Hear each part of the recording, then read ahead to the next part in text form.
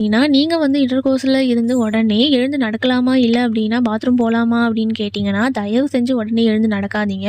ஏன் அப்டி சொல்றேன்னு பார்த்தீங்கன்னா, நீங்க உடனே எழுந்து நடக்கும்போது, இல்ல அப்டின்னா பாத்ரூம் போகும்போது, உங்களுடைய கர்ப்பப்பையில இருக்கக்கூடிய அந்த விந்தணுக்கள் வந்து ஈர்ப்பு விசையால, கிராவிட்டியால வெளியேற நெறையவே வாய்ப்பு இருக்கு. அதனால நீங்க என்ன பண்ணணும்னு பார்த்தீங்கன்னா, சின்ன டிப்ஸ் தான். 15 நிமிடம் இல்ல வந்து 20 நிமிஷம் அதாவது நீங்க ரிலேஷன்ஷிப்ல இருந்த உடனே வேகமா எழுந்துக்காம, குறைந்தபட்சம் வந்து நீங்க 15 இல்லன்னா 20 நிமிஷம் வந்து அப்படியே அமைதியா படுத்து இருங்க. ஏன் அப்படி சொல்றேன்னு பார்த்தீங்கன்னா, இது விந்தணுக்கள் வந்து கர்ப்பப்பையை நோக்கி வேகமா நீந்தி செல்றதுக்கு வந்து ரொம்பவே ஹெல்ப் பண்ணும்.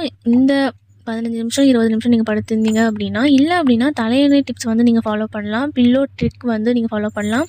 நீங்க வந்து படுத்துக்கும்போது உங்க இடுப்பு பகுதி கீழ, அடிவயிற்று கீழ வந்து ஒரு மென்மையான தலையணைய வச்சுக்கோங்க.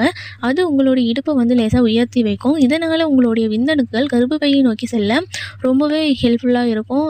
இது ஒரு சின்ன விஷயம் மாதிரி தெரிஞ்சாலும், கன்சீவ் ஆக நினைக்கிற பல பேருக்கு வந்து இந்த சின்ன ட்ரிக் வந்து ரொம்பவே ஹெல்ப் பண்ணியிருக்கு. அதனால நீங்களும் ட்ரை பண்ணி பாருங்க.